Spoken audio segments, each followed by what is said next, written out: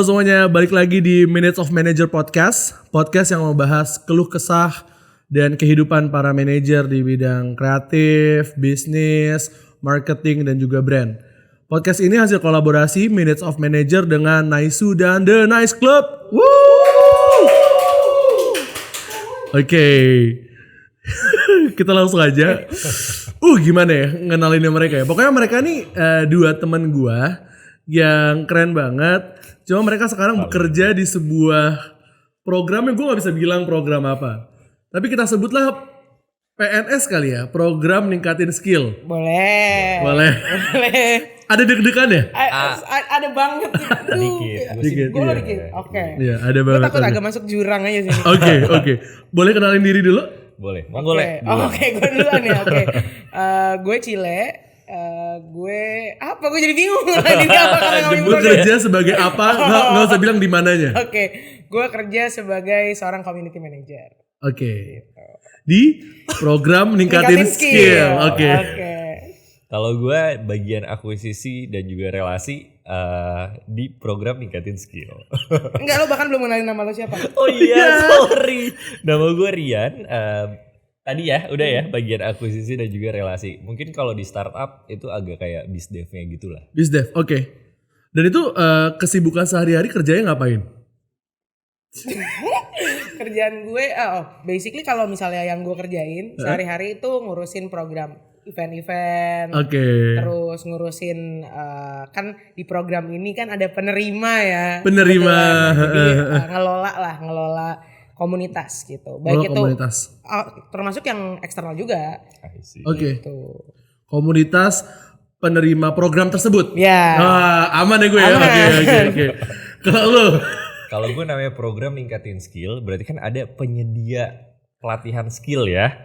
Betul kan? Benar. Itu bagian gue untuk ngakuisisi mereka, but then again kita punya standar. Oke. Jadi gimana caranya kita ngelakuin pendampingan ke penyedia-penyedia ini supaya mereka bisa nyesuaiin standar program PNS ini gitu. Oke.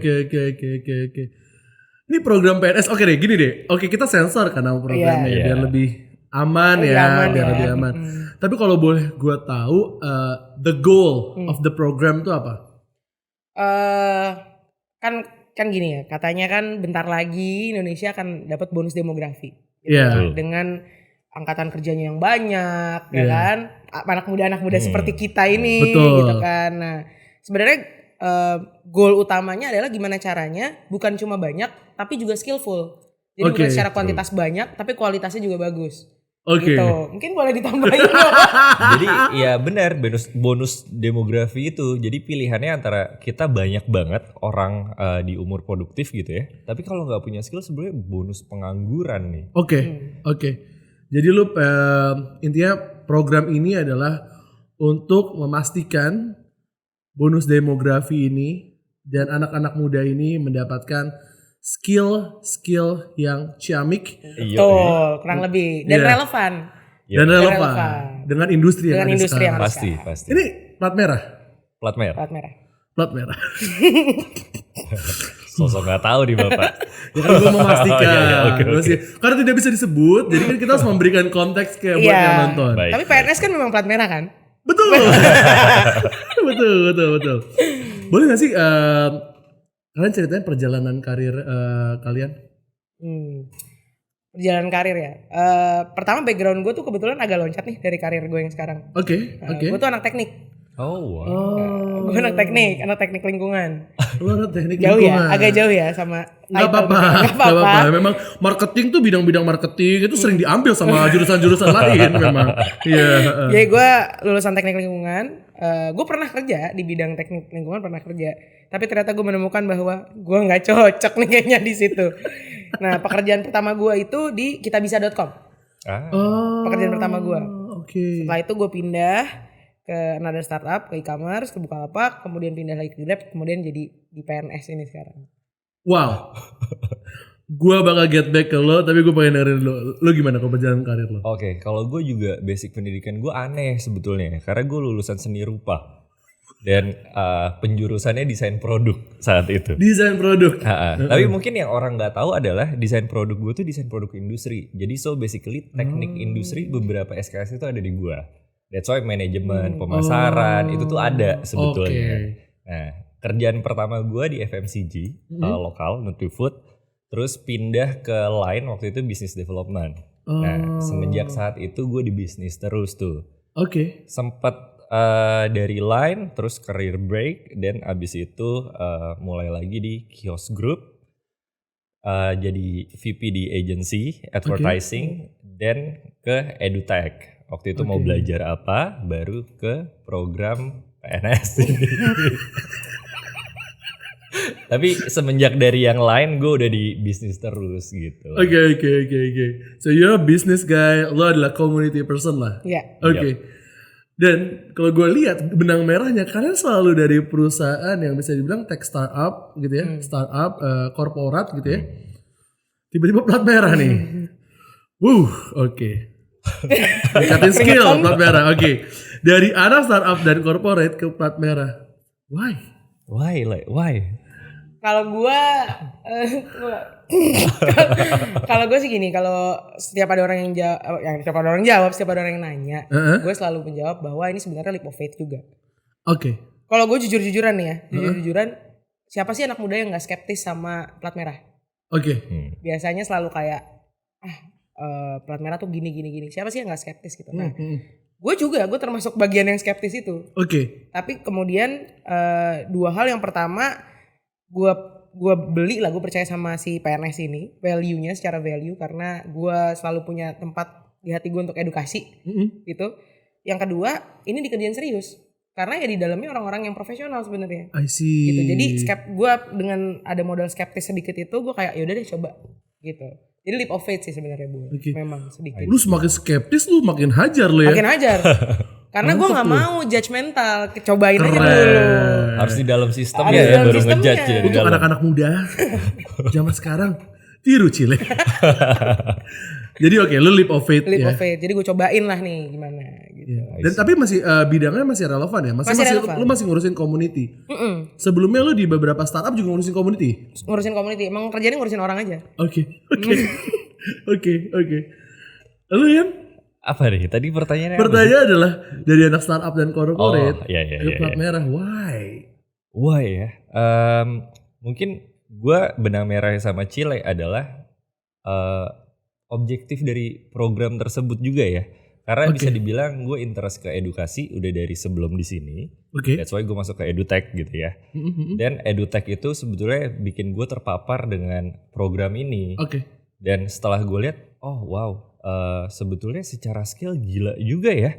Dan karena gue adalah orang yang basic pendidikannya apa, kerjaan pertamanya kemana, gue ngerasa agak kayak kalau itu ada program itu di momen gue waktu itu baru lulus, wah itu bakal helpful banget sih. Gue bakal bisa kayak, wah gue coba deh skill yang di mana sih sebenarnya yang dibutuhkan, atau bahkan sesimpel kayak, oh framework yang dibutuhkan di awal gue baru lulus tuh apa aja ya. Mungkin gue bisa belajar dari program seperti ini. Jadi ya itu objektif dari programnya sih.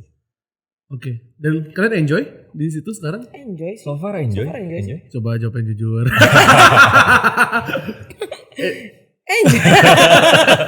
Enjoy. Gue gak bakal banyak menanyakan soal pekerjaan kalian. Gue justru bakal alhamdulillah. Gue tahu kalian deg-degan gitu ya. Tapi justru gue pengen banyak tahu cerita kalian dalam mengambil keputusan-keputusan dalam berkarir lah. Gitu. Ini temanya emang know when to quit and when to start nih. Kalau lu Yan atau Cile juga, terserah siapa yang jawab duluan. Kalian tuh ngambil major decision di dalam berkarir tuh biasanya berapa lama sih gitu? Setelah berapa lama berkarir, atau faktor apa yang akhirnya menjadi major untuk kalian? Oke, gue kayak harus cabut, harus berhenti, atau harus memulai hal yang baru? Kalau berapa lamanya beda-beda ya boleh. Maksudnya kayaknya setiap kali gue ngambil keputusan besar soal karir tuh durasinya beda-beda. Ada yang right away, ada yang kayak tar dulu deh gitu. Biasanya kan faktor-faktornya ada push factornya, ada pull factornya nih. Biasanya itu juga jadi bahan pertimbangan. Kalau gue mikir kayak know when to quit atau when to stop, itu sebenarnya ketika gue ngerasa gue udah stuck. Oke. Jadi kalau gue mikirnya gitu, ini kalau gue udah stuck di sini buat apa ya gue ada di sini. Stucknya dalam konteks apa, Le? Dua hal, karena kan ketika lu berkarir bukan cuma menurut gue ya, bukan cuma lu bisa kasih value buat perusahaan atau tempat lo kerja, tapi apa yang bisa lu dapat juga dari tempat itu.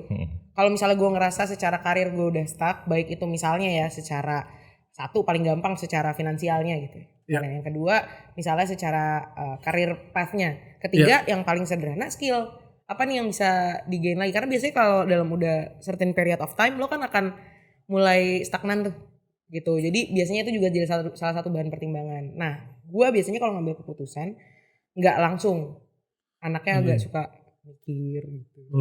Galau dulu. Dan ada yang lo ajak ngobrol gak? Maksudnya lo ada mentor kah atau gimana? Selalu gue selalu ada yang gue ajak ngobrol. Either mentor atau gue tuh selalu terbuka sama atasan gue biasanya. Gue selalu ngobrol sama atasan gue karena bisa jadi ketika stuck itu jalan keluarnya solusinya bukan keluar, bukan quit. Tapi kira-kira apa nih challenge yang bisa dikasih lagi sama atasan gue? Iya, make sense. Karena bisa jadi atasan lu nggak tahu kalau misalnya lu ternyata craving for another challenges, ya kan? Exactly gitu. Jadi biasanya gue akan ngobrol sama atasan gue akan minta pendapat teman-teman gue, sama mentor gue ada beberapa lah orang yang gue look up kalau soal karir ya. Oke. Beda banget sumpah. Sumpah gue baru tahu. Wah, oke. Kalau gue beda banget. Pertama, kalau gue tuh selalu comes up dari diri gue. Jadi kadang-kadang benar-benar split moment, kayaknya gue mau ini deh. Tapi gue nggak pernah kayak know when to stop sih. Gue selalu tahu kayak when to start something new lagi gitu. Itu yang jadi bikin gue stop di yang sebelumnya. Jadi bukan karena gue mau stop gitu, tapi kayak karena gue mau nyoba lagi nih yang baru lagi gitu kalau gue. Dan kalau pertanyaannya adalah gue nanya siapa gitu ya, atau gue seeking guidance ke siapa? Sholat sih gue. Gue baru mau jawab Tuhan yang Maha Esa. Gue baru mau jawab gitu. Ini gak klise tapi ya, tapi kayak gue selalu mengafirmasinya tuh ke diri gue sendiri. Dan kalau itu udah gagal, gak yakin lagi gue sholat, dan pertanyaannya tuh kayak yakinkan gue dong buat ngambil ini gitu. Dan itu ada yang lama ada yang cepat gitu.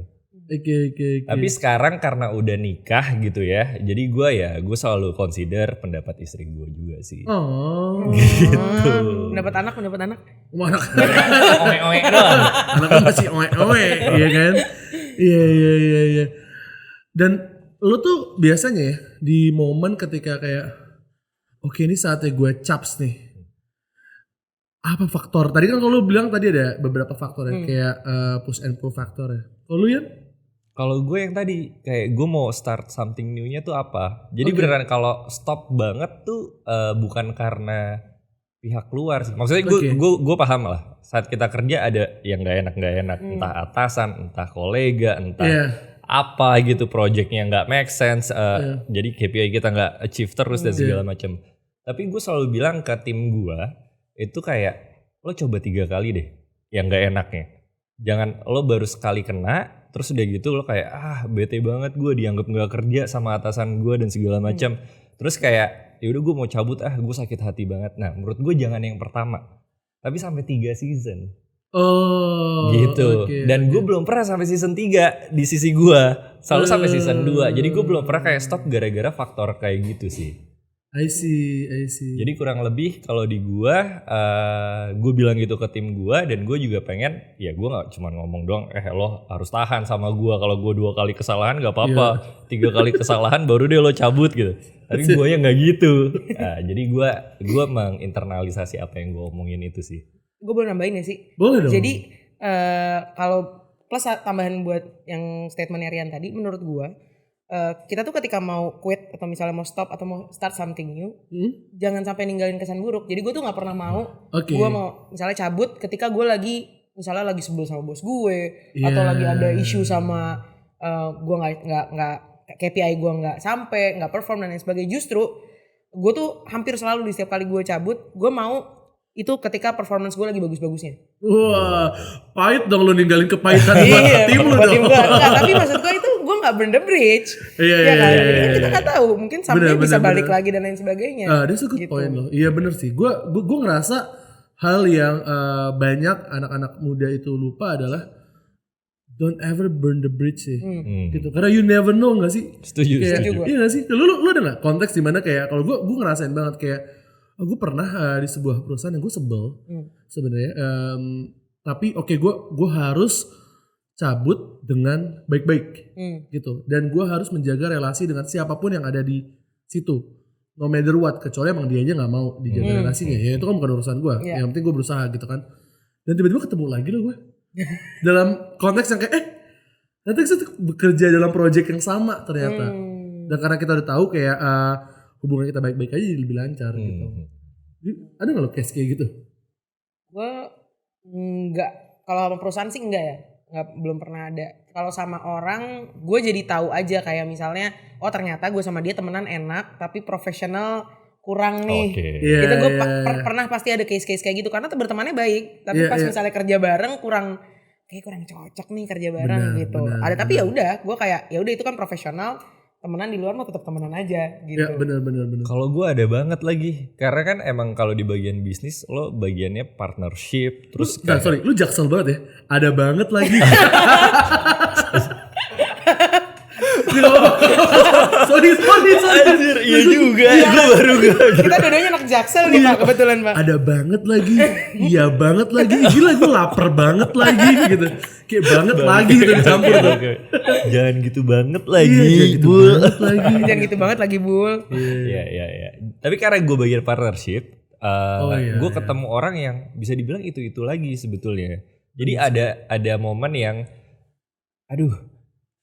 beneran secara personal tuh gue kayak males banget sama ini orang gitu. Karena ya lo tau lah entah dia bluffing banget atau flexing banget dan segala banget. Bubarin tongkrongan. Iya, jadi kayak ya balik lagi kayak Cile. Ya udahlah gue make it profesional aja gitu. Tapi kalau after kan namanya partnership, abis lo close the deal biasa ada sesi afternya yang kayak santai-santai nongkrong bareng. Itu gue gak ikut. Untuk nggak nambah lagi toksik yang udah gue ada di kepala gue, supaya gue ketemu dia tuh gue nggak ngarahin ke sana gitu. Make sense gitu.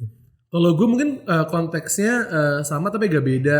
Yang pernah gue jalanin adalah gue agak kapok untuk tidak merespon chat walaupun itu chat dari orang sales atau BD ke LinkedIn, karena kan mungkin kayak mereka mau jualan gitu ya. Gue sekarang ya mungkin ke beberapa bulan ke belakang gue selalu berusaha untuk merespon walaupun gue tolak isinya. Walaupun gue copy paste tolakan gue.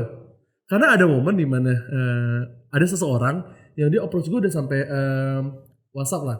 Terus kayak dan gue ngerasa nih orang nice banget gitu sebenarnya, kayak ngasih gue insight dan semacamnya gitu, ngajak gue meeting gitu.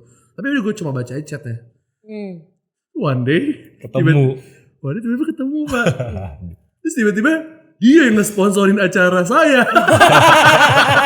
Gue kayak oke, mohon maaf.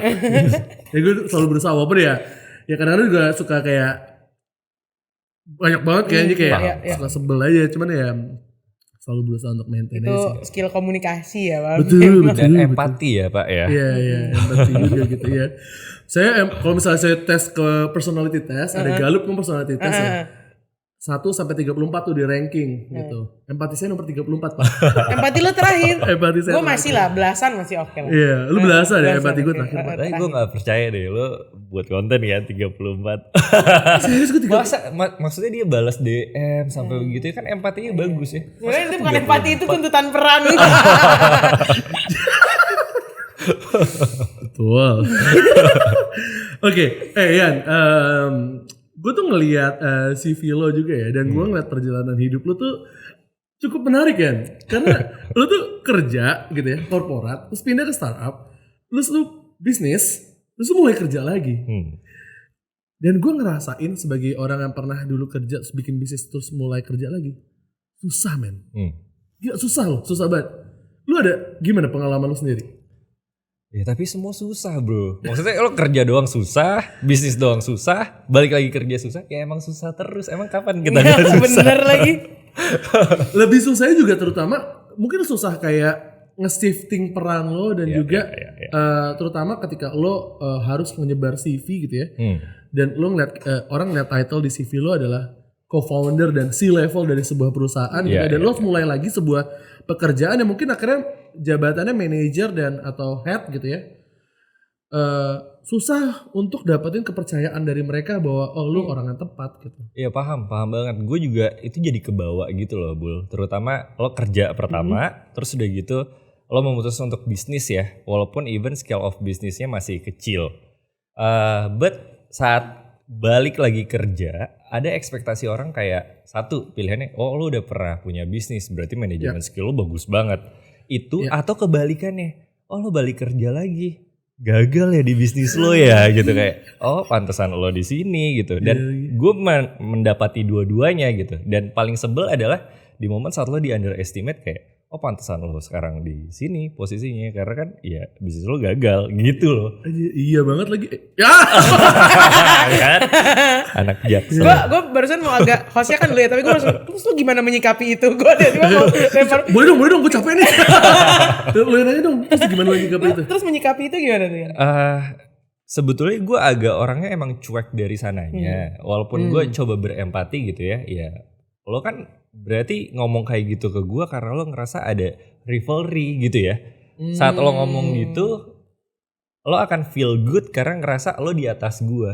Ya udah, gue kasih makan aja kayak, iya lagi bisnis gue gagal gitu loh. Iya makanya gue butuh gaji lagi dari sini. Kalau gue main ini malah diajak bercanda dingenyain ke sana. Justru biar nggak hubungannya jadi nggak enak juga sih. Jago nih emang orang jualan nih dia. Jago ya. Iya, jadi maintain relationship sama orang bagus nih dia. Dan dia set boundariesnya bagus. Set boundariesnya bagus. Agak susah diterapkan di pekerjaan saya. Iya, tidak ada boundaries. Tidak ada boundaries. Community. Iya. Kalau gue tuh ada case di mana waktu gue akhirnya harus cabut dari agensi yang gue co-foundernya juga adalah gue daftar sampai 40 pekerjaan lo Pak. Bener kayak dari level manager sampai junior manager gue daftar. Dan dari kerja emang susah sih bro. Susah bener-bener kayak gak sampai di tahap mereka interview aja enggak gitu. Sampai akhirnya gue kayak gue tanya sama temen gue aja lah ada kerjaan apa enggak gitu. Karena at the end of the day mungkin akhirnya temen ataupun orang yang udah kenal kita dan tahu kualitas kita yang akhirnya bisa nge-refer gitu. Karena kalau misalnya mereka lihat dari CV dong gue kayak Chief Operating Officer dari sebuah agensi gitu kayak ini orang ngapain mendaftar di manajer di company gue gitu. Ya bisa jadi ya kayak lu tadi kayak ya emang saya butuh gaji lagi. Tapi ngomong-ngomong soal itu cita-cita gue emang sekarang jadi orang dalam sih Bu. Oh gitu ya? Cita-cita gue jadi orang dalam. River. Iya kan orang pinter kalah sama orang beruntung kalah sama orang dalam. Betul lagi. Betul itu. Tapi ngomong-ngomong orang dalam ngomong-ngomong orang dalam, lu seumur-umur gue denger lu seumur-umur kerja gak pernah apply kerjaan lo? Kebetulan iya. Banyak orang dalam ya. Selalu dibajak? Selalu dibajak, hampir selalu dibajak. Selalu dibajak. At least di 4 yang perusahaan terakhir ya. Kok bisa? Selalu dibajak. Gue kalau ditanya kok bisa gue nggak tahu jawabannya apa. Itu yang pertama. Iya, oke. Tapi jadi dari awal gue kerja itu tuh selalu bentuknya mungkin ketakwaan kali ya. Gue percaya sekali keimanan gue kepada teman-teman gue terlalu besar mungkin ya. Tapi dari pertama yang kita bisa itu juga lucu karena kan itu gue di-refer sama mentor gue sebenarnya. Oke. Kebetulan kita satu organisasi waktu itu, si CEO-nya kita bisa itu juga organisasi yang sama. Iya, gitu. iya. Dan gue di refer terus abis itu interview besoknya langsung kerja. Oh wow, cepet banget. Itu besoknya. Gue interview hari itu datang ke kantor terus langsung kayak iya dikenal nih ini besok Cile yang akan megangin. Gue kayak oh langsung gitu. Itu pertama. Terus abis itu mungkin kalau pas yang kedua ke Bukalapak tuh semi apply kali ya. Jadi sebenarnya itu di refer sama teman gue, HR-nya approach gue. Cuma waktu itu lumayan lama tuh sekitar 1 bulan 2 bulan kok nggak ada kabarnya. Nah itu sebenarnya kita bisa juga momen gue 2,5 tahun nih kita bisa momen kayaknya ini time gue untuk quit cabut deh gitu. Jadi itu ada kayak urge untuk keluar sehingga gue akhirnya approach salah satu anak minus juga Mas Fikri. Fikri, gue approach lewat LinkedIn. Iya dia head of community atau Iya head of community waktu itu dia. Gue approach lewat LinkedIn. Makanya gue bilang semi apply karena gue kirim CV sama porto gue ke dia. Dipanggil, yaudah abis itu gak lama masuk. Grab juga gitu, Grab tuh gue ditelepon sama headhunter. Telepon sama headhunter, ini juga si PNS ini yang terakhir juga gitu. Iya. Gitu. Jadi emang gue tidak pernah so far belum pernah merasakan yang kayak lempar-lempar CV sampai 40 kayak lo gitu. Iya. Keren sih. Tapi cari kerja tuh susah, makanya pas tadi dibilang cari kerja tuh susah, gue kayak aduh gue kalau misalnya bicara cari kerja susah, Gak relate lagi gitu. Karena kalau gue waktu itu emang sama kayak lu lah, gue selalu dibajak atau di refer sama temen gitu ya. Tapi karena waktu itu gue harus kuliah, terus akhirnya gue harus apply. Dan itu tuh gue rasain tuh painful ya. Tapi masuk kerja juga dari refer juga. Gitu. Jadi apply gue gagal. Intinya apply-nya gagal. Bener. Semangat buat para pejuang pencari kerja di luar sana. Bener. Tapi ada satu hal yang menurut gue menarik adalah lu reach head-nya di LinkedIn tadi ya, Mas Fikri tadi kan. Itu menurut gue impactful juga lagi. Iya karena gue ngerasa kayak 2 bulan, 2 bulan di impactful juga lagi. Gue ngerasa kayak 2 bulan di ghosting nih. Iya benar. Apa nih gitu kan? Terus gue kayak ya udahlah gue ya nothing tulus aja kan. Toh juga gue belum live si kita bisanya. Gue nothing tulus gue kontak. Ya udah ternyata di gayung bersambut gitu kan. Ibaratnya. Gitu. Jadi terima kasih. Keren banget ya. Kalian di sini ada yang pernah career break nggak? Gue. Oh oke. Gimana Pak? Kenapa memutuskan itu dan was it hard to decide that? Decide-nya nggak susah sama sekali karena itu di kerjaan pertama gue yang di FMCG. Itu gue 2 tahun lebih, hampir 3 tahun. Dan gue ngerasa kayak gue harus start something new nih. Jadi balik ke yang tadi, bahwa gue mau start something new. Oke. Dan salah satu bucket list gue itu pengen living overseas gitu. Dan gue nggak dapet itu dari beasiswa S2 juga, gue nggak dapet. Jadi gue pikir, ya udahlah. Waktu itu gue akhirnya coba working holiday visa kali ya ke Australia. So emang working holiday visa tuh udah terkenal ya bahwa itu lo sulit sih dapet pekerjaan yang white collar. Jadi ya udah gue sekalian career break, gue coba working holiday visa, gue akan hidup di sana, nggak tahu nanti gue bakal kerjaannya apa. Tapi gue nggak menyiapkan tabungan untuk career break ya, itu bedanya. Oke. Was it impulsive decision? I would say no sih. No. Kayak emang bucket list. Emang bucket list yang lo udah rencanain, oke. Di sana ngapain waktu itu? Jaga kebun. Iya, gue jadi tukang kebun. Paling lama jadi tukang kebun. Seru banget tapi kalau kita bertahun-tahun juga pusing ya. Iya. Tapi berapa tahun? 2 tahun? Setahun. Gue cuma setahun. Ngapain aja lu berarti? Hari pertama gue nyentuh Australia itu di Sydney.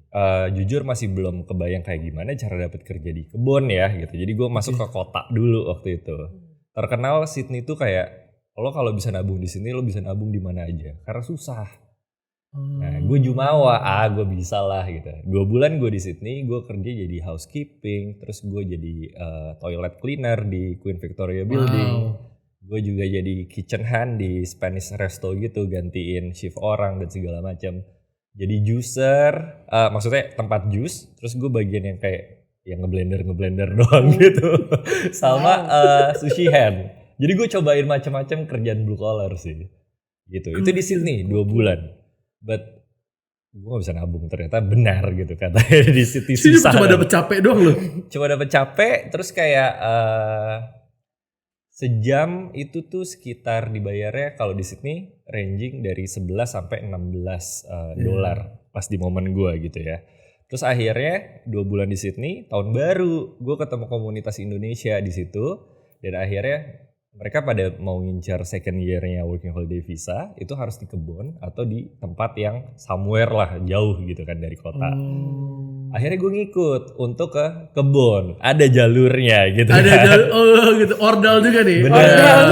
Ordal. Begitu sampai ke kebun itu gue di Sydney ke Far North Queensland. Jadi dari New South Wales ke Far North Queensland gue nyetir karena gue nggak punya uang tabungan. Kalau kita mau berangkat ke farm bareng-bareng itu tuh patungan sekitar $700 lah buat beli mobil sama buat bensin ke sana.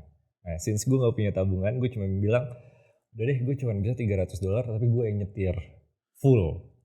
Gue bilang gitu. Jadi dapet. Akhirnya berangkat ke sana dan surprisingly enjoy banget kerja di farm. Bukan karena susah atau enggaknya ya, susah sejujurnya. Badan gue pegel-pegel 2 bulan pertama gue luka-luka dan segala macam. Tapi itu long hour, jadi kayak lo 9,5 jam kerja cuman pakai otot, nggak mikir gitu ya. Jadi refresh. Terus secara gaji pun waktu itu gue udah sampai di angka $23-24 per jam. Oke. Jadi ibarat lo sehari 9,5 jam tuh gue dapet sekitar $200 per hari. Jadi gue makan buah, terus gue makan daging, sehat lah gue. Badan gue sehat banget lah di sana selama setahun. Dan di farm tuh gue total 8 bulan. Oh, oke. Jadi setelah 2 bulan gak bisa nabung di Sydney kerjain macam-macam, another 8 months itu gue cuma jadi farm hand. Tapi pindah-pindah kebun ya. Dari blueberry, cherry, avocado, sama banana. Seru ya?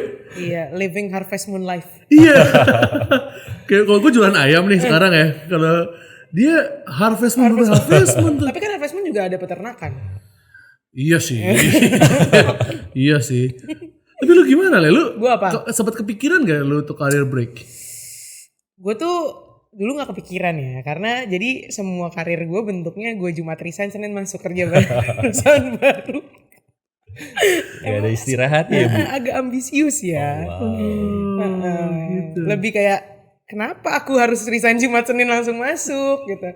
Tapi gue makin kesini makin kayaknya emang kepengen ada kepengennya. Cuma takutnya banyak sih Bu. Takutnya tuh banyak. Oke, apa tuh? Gue mungkin gak seberani Rian tuh kayak aku yakin gitu. Takutnya banyak. Mungkin yang pertama kayak sehari-hari itu kan udah punya kebiasaan ya. Misalnya siap-siap. Kayak kemarin pandemi di rumah doang aja itu tuh kayak aduh kok berubah nih kebiasaan gue. Gitu. Jadi ada sesuatu yang harusnya biasanya kayak jam segini akan kayak gini, keteraturan. Satu. Karena anaknya nggak teratur sebenarnya. Jadi ini tuh keep me going lah sebenarnya nih kerja gitu ya, kerja keep me going. Cuma kemarin tuh akhir tahun gue sempat 1 bulan break dari kerjaan untuk liburan full. Jadi setelah gue berkarir hampir 8 tahun ini, gue nggak pernah liburan yang liburan. Akhirnya berapa lama? Sebulan. Oke juga lah. Gue nggak pernah liburan sama sekali, kayak seminggu, kayak paling lama seminggu. Gak pernah gue lebih dari itu liburan. Gue cuti gue selalu sisa. Setiap kali gue mau resign cuti gue selalu sisa. Nah kemarin gue break tuh 1 bulan. Itu lumayan refresh tuh. Nah dari situ gue jadi mikir lagi, jadi kayak oke, apa sih sebenarnya kalau bahasa anak-anak senja kan apa sih yang dikejar gitu kan? Wah. Gitu. Nah, jadi ada di kepala gue, career break itu kan gak harus yang kayak lo leha-leha di rumah. Gitu kan. Ketika lo ngomongin sabbatical, bisa jadi lo berkegiatan yang lain yang misalnya studi misalnya atau overseas kayak Rian gitu tadi cerita dan lain sebagainya. WHV sih udah gak bisa ya karena usia nih. tapi gue salah satu yang kepikiran sama gue tuh sebenarnya kuliah lagi. Gitu. Jadi mungkin kalaupun nanti ada momennya gue career break, beneran break karir itu emang untuk kuliah lagi. Gitu. Gue ngerasa ya career break dan sabbatical tuh somehow perlu buat kita gitu, dan memang mungkin kalau di orang Indonesia tuh nggak familiar ya sama konsep kayak gini gitu. Cuma gue rasa perlu karena namanya lu kerja itu lu pakai otak gitu ya. Dan sabbatical tuh bikin ibarat kata kayak lu lagi lari gitu ya.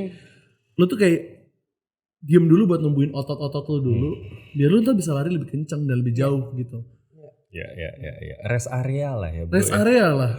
Iya buat lu ngerokok dulu, nyantai dulu gitu ya, makan, isi bensin. Iya bener sih. Berasa sih kemarin yang sebulan itu aja gue ngerasa kayak refresh ya ternyata. Gue udah kerja 8 tahun nih, terus gak pernah 1 hari pun gitu, kayak seminggu doang paling gue liburan. Tiba-tiba 1 bulan bener-bener udah gitu disupport kan tim kayak yang udah lo liburan aja gitu. Ya udah jadi gue tuh berasa sih, maksudnya kayak ternyata butuh ya, badan gue tuh yang tadinya pegel-pegel sih karena liburan ya, pegel-pegel ya. Cuma maksudnya yang tadinya otaknya mungkin panas jadinya masuk tuh lebih fresh gitu. Karena banyak orang nggak sadar kalau misalnya capek fisik tuh lu tahu lu istirahat ya kan. Karena kerasa lu tahu perasaannya gitu. Tapi banyak orang yang nggak sadar bahwa sebenarnya capek mikir itu lebih drain, dan kalau lu nggak tahu cara istirahatnya lu bisa burn out gitu. Benar-benar. Dan lu kemarin lu pas lagi career break itu, pas lagi sabbatical sendiri, lu ngerasa ada takeaways apa nggak, Yan? Ada sih, ada. Jadi kalau bisa gue bilang setahun di sana itu kan gue beneran kerja mostly otot ya. Iya. Mikir ya paling mikir abis ini ngapain udah gitu, nggak pakai strategi, nggak pakai framework apa gitu. Ya tinggal do aja, bahkan kadang-kadang kayak Di farm nggak ada framework atau nggak ada teori-teori apa gitu nggak cuma ada. pembagian, lo ngerjain bagian misalnya packing, ya udah lo packing 4,5 jam, nanti ganti station nextnya. Jadi kayak 4,5 jam ya udah packing, pikirannya nanti makan apa ya, belanja apa ya, gue mau beli buku apa ya, buku yang kemarin gue baca ngebahas ini. Jadi badannya gerak, otaknya kemana-mana, sesuka hati gue. Seru habis. Tapi ya secara refreshnya banget, bahkan gue jadi berpikir agak ada momen kontemplasi, bahkan saat lagi kita gerak gitu, fisik gitu. Momen kontemplasi as in kayak sebenarnya gue ngejar apa sih di sini?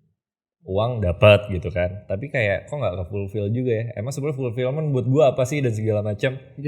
Ada ibaratnya rehat dari pikiran strategi, cuan company dan segala macam tuh. Ya lo pikirin diri lo deh gitu. Bahkan bukan di level kayak well-being, gimana cara gue dapet gaji, pacar gue ngomel dan segala. Udah bukan itu, tapi kayak sebenarnya gue mau apa sih? Kalau ibarat kita ada waktu 2 tahun do nothing, lu mau ngapain sih? Nanti kalau lo tujuan besarnya pengen jadi orang tua, lo mau jadi orang tua yang kayak gimana? Itu nggak sempet, karena kita setiap hari kerja terus gitu. Bener. Buat gue itu enak banget sih. Setelah setahun, it's lebih clear gitu di kepala gue mau ngapain. Even di hati gue juga, gue lebih clear untuk decision gue. Bahkan yang tadi termasuk saat gue bilang, ada orang yang coba ibaratnya ngejatohin gue gitu ya, lo kan gagal bisnis jadinya lo bisa lo balik lagi gitu ke kantor. Ya kalau gue yang dulu jujur gue mungkin akan emosi doang ya, tapi saat gue akhirnya bisa iyain, iya gue gagal bisnis dan segala itu sebetulnya nggak dari dulu, itu setelah gue dari Australia, karena gue memikirkan banyak hal terkait respon gue ke orang gitu sih. Menarik, bisa ngetawain diri sendiri ya. Iya, termasuk emang gue bodoh di momen kapan gitu loh. Iya, menertawakan diri sendiri itu adalah menurut gue one of the maturity yang paling tinggi sih. Setuju gue. Iya, dan lu gak baper sama apa yang terjadi dalam perjalanan hidup lu. Kok tiba-tiba kita serius sekali? Itu sangat tidak kita. Sangat tidak kita. Serius seperti ini tidak boleh serius. Gak boleh serius. Saya lebih bercanda yuk. Yuk. Kita balik ke PNS nih. Waduh, jangan. Iya. Tapi gue sempat baca, sempat dengerin podcast gitu ya. Bagaimana orang-orang yang sudah sampai titik di mana mereka mengurusi ribuan, puluhan ribu karyawan gitu ya, mengurusi stakeholders yang jauh lebih strategis gitu. Ada hal-hal wajib yang mereka perlu lakukan gitu. Mungkin mereka nggak bisa yang sabbatical kan, karena mereka ada banyak hal yang harus mereka urus gitu. Tapi mereka sesimpel mereka pagi gitu ya, mereka bangun bisa jam 6, 2 jam mereka jalan pagi atau sejam mereka berenang. Berenang kan bengong ya? Iya. Lu berenang kayak cuma dengar suara kayak suara air gitu ya, bengong terus mikir di situ. Reflect gitu. Dan mereka misalnya weekend selalu misalnya spend time untuk daki gunung gitu ya, panjat tebing gitu-gitu. Hal-hal yang akhirnya yang mungkin benar kata lu tadi yang jadi kayak fisik yang dipakai akhirnya otak kemana-mana dibiarkan untuk mengeksplorasi apa yang ada di sedalam-dalamnya isi otak gitu. Itu yang mereka lakukan untuk ya tadi gue bilang mungkin itu cara kita untuk istirahat isi kepala kali ya. Selain fisik. Gue ngelakuin itu juga tau gue. Oh iya. Sekarang kayak pagi-pagi gue gak mau buka handphone dari gue bangun dari jam 6 jam 6:30 sampai jam 9 baru gue mau buka handphone.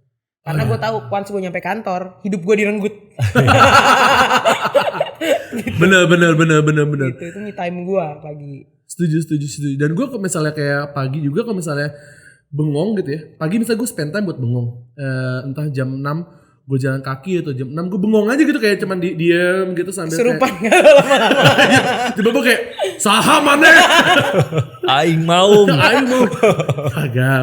Tapi gue ngerasa hari itu jadi lebih panjang gitu loh ketika ada waktu buat bengong di paginya gitu. Jadi kayak lu ngerasa udah kayak memikirkan dan melakukan banyak hal gitu. Benar. Jadi kayak gak buru-buru Ya. gitu.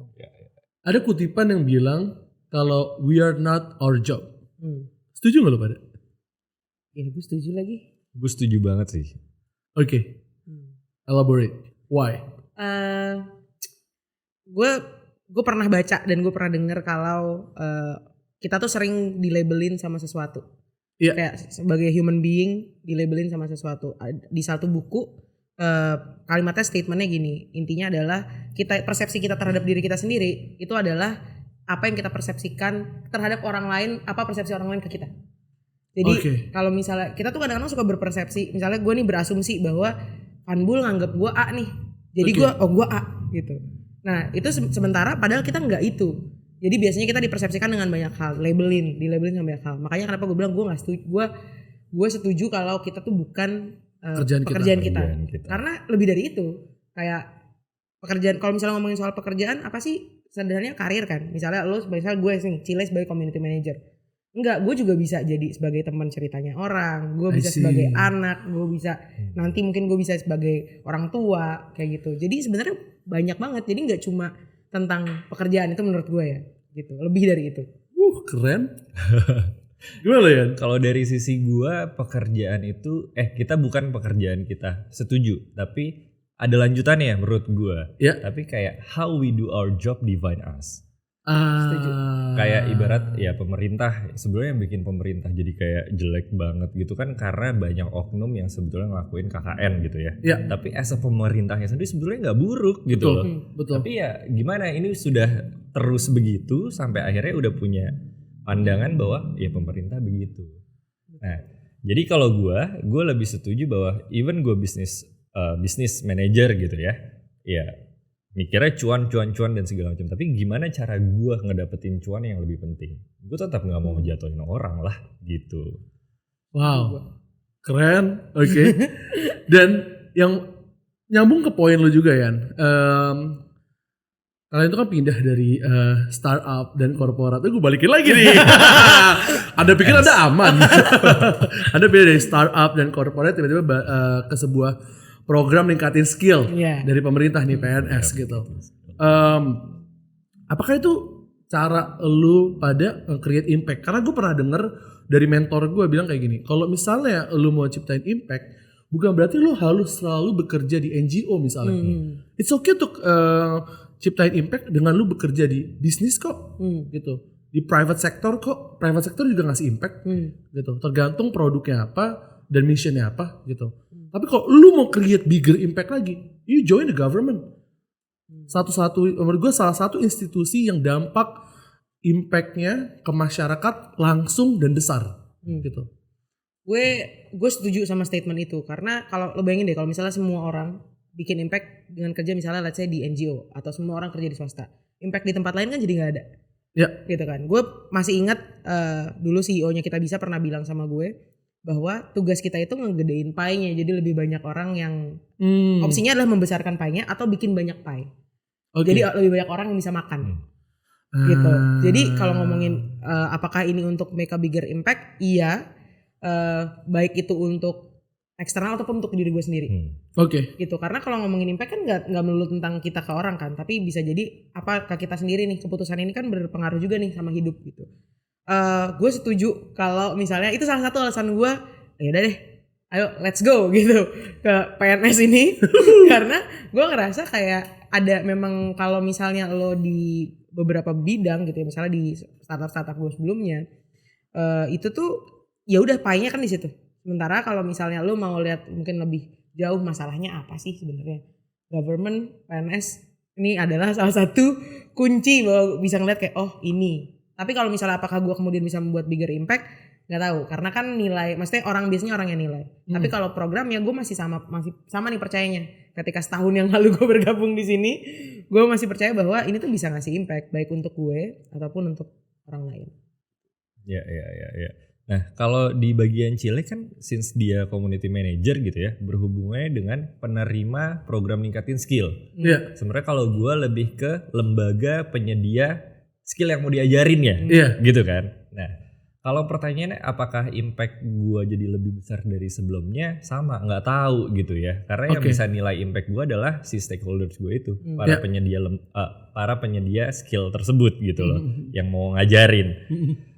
Tapi gue pribadi ngerasa if I do my job well gitu ya, mereka secara bisnisnya meningkat. mereka. Dan alumni dari programnya mereka skillnya meningkat. So it is definitely a much bigger impact gitu loh. So buat gue itu clear dan itu juga alasan kenapa gue mau kesini gitu.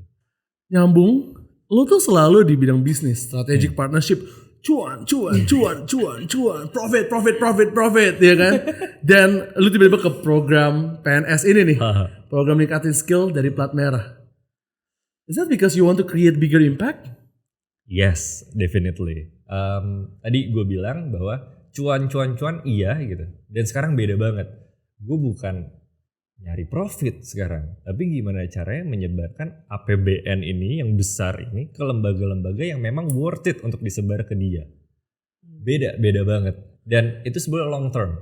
Since dia akan meningkat secara standar, dia get more revenue dari program ini. Even program ini nggak ada, mereka punya capital untuk tetap jalanin skill yang mereka mau ajarin gitu. So hati gue penuh sih. Waduh. Boleh pas lagi denger lu ngomong, tapi serius nih ngomong sambil berkaca-kaca mati kayak ada kaca-kaca you really into it man, gila. Brofist dulu lah. Gue suka denger orang yang passionate banget gitu loh cuy. Iya. Dan how about you? Kayak kalau lu mungkin lebih kayak lu selalu berusaha sama banyak manusia, banyak ekspektasi, banyak harapan gitu. Kayak gimana caranya lu terus stay relevan dan ngasih impact yang relevan buat mereka? Yang pertama tuh kalau jadi stay relevan itu tuh sebenarnya adalah keywords ya. Bener-bener itu keywordsnya. Gimana caranya gue yang pindah-pindah industri, yang audiensnya beda-beda ini bisa tetap nyambung ngobrolnya. Karena menurut gue kerjaan gue utamanya tuh ngobrol. Jadi lu dengerin, lu ngobrol, lu respon, itu utamanya. Nah, gimana caranya biar stay relevan? Itu belajar, Bu. Gue tuh kayak gue tuh harus belajar gini ya. Di sebelumnya aja gue megang komunitas-komunitas orang-orang yang jualan nih, merchant-merchantnya nih. Gue bahkan nggak berbisnis gitu kan. Gue nggak berbisnis, jadi pasti gue nggak tahu lagi gimana caranya gitu. Jadi apa yang gue lakukan? Belajar gitu. Kalau kayak misalnya itu satu, belajar. Yang kedua empati sih, Bu. Menurut gue lo denger, karena gini, di era sekarang apalagi di media sosial semua orang pengen didengar, semua orang pengen ngomong, semua orang pengen aku kan gitu ya. Tapi jarang banget yang mau duduk dengerin kayak oke, kebutuhan lo apa sih gitu. Gimana caranya kita bisa solve the problem. Kan making impact adalah artinya kita bisa solving sesuatu kan. Bukan cuma kayak klaim, gue bisa naikin revenue lo sekian, gue bisa bikin skill lo meningkat. Bukan cuma klaim. Apa nih kira-kira beneran dengerin gitu. Tapi tetap sesuai value. Misalnya yang didengerin adalah part, ternyata ada kebutuhan skill, ada kebutuhan naikin ini dan lain sebagainya. Kira-kira apa nih yang bisa kita kasih supply and demand-nya gitu. Intinya adalah gimana caranya bisa jadi solusi sih, Bul, menurut gue ya. Jadi relevan dan bisa jadi solusi, itu menurut gue. Dari aku ke kita, benar. Nice. Wow, keren. Last question. Apa yang kalian as a person atau selama berkarir, you guys wish you knew earlier?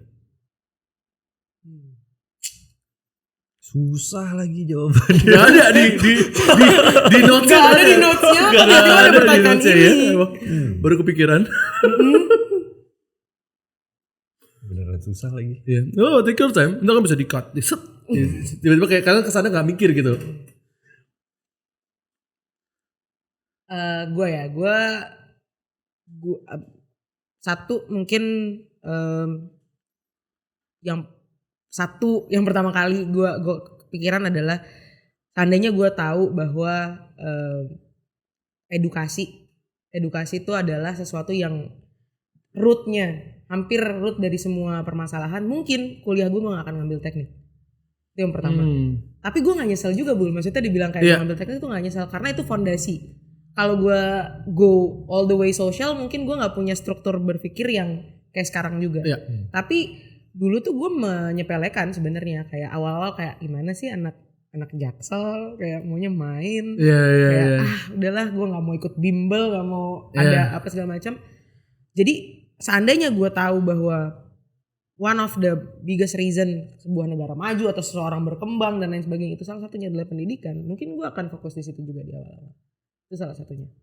Wow, Good answer. Oke. Yang I wish I knew earlier ya in this life. Kalau gue mungkin lebih ke empati tadi. Dari kontemplatif gue yang saat career break gitu, gue jadi lebih empati dan gue ngerasa dengan empati itu sebetulnya kita bisa ngatur respon kita.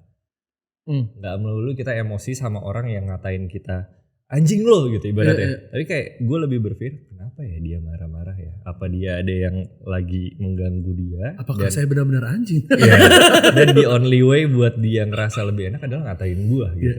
Jadi kadang cuma perlu diem aja dan gue ngerasa banyak hal yang gue lewati tanpa mindset seperti itu dan itu makin parah karena gue responnya dengan emosi juga gitu sih. Wow. Karena kalau gue dari dulu emang orangnya kalau ada orang ribut sama gue diemin. Ya oke. Gue dulu hajar balik sih. Iya. Sekarang dia lebih zen. Oh iya benar. Wow. Di kebon. Jadi pesannya adalah buat kalian yang emosian, kayak kerja di kebun 10 bulan lah, at least gitu biar kayak kalian lebih zen gitu. Oke. So, Cile, Rian, thank you so much for coming. Thank you banget udah sharing-sharing. Walaupun gue tahu tadi kalian ada beberapa kali takut kepleset gitu ya, tapi kalian tetap luangin waktu kalian untuk sharing dan menurut gue banyak banget hal yang bisa diambil sih dari kayak pengalaman pribadi kalian maupun apa yang dijalani sama kalian di kantor. Thank you, Bu. Thank you, Le. Thank you, Yan. Kita satu tempat, tapi gue nggak pernah denger sedalam ini ceritanya dia. Sama, makanya tadi gue kayak, gue baru tahu. Selalu berkali-kali ngobrol sama dia tapi nggak pernah denger cerita ini juga gitu. So, kalian sangat beruntung mendengarkannya. Oke, so terima kasih teman-teman yang udah dengerin MOM Podcast, hasil kolaborasi Minutes dan Naisu dan The Nice Club. Oke, kita bakal rutin tayang, bakal ngundang juga beberapa tamu lain, manajer-manajer lain dengan keluh kesah dan juga takeaways mereka yang seru-seru banget. So stay tune, jangan lupa follow Minutes of Manager di Instagram, TikTok, LinkedIn, YouTube dan juga kita baru rilis juga di Substack untuk dengerin dan juga baca-bacalah framework dan cerita-cerita dari para manajer gitu. So thank you semuanya, bye. Bye.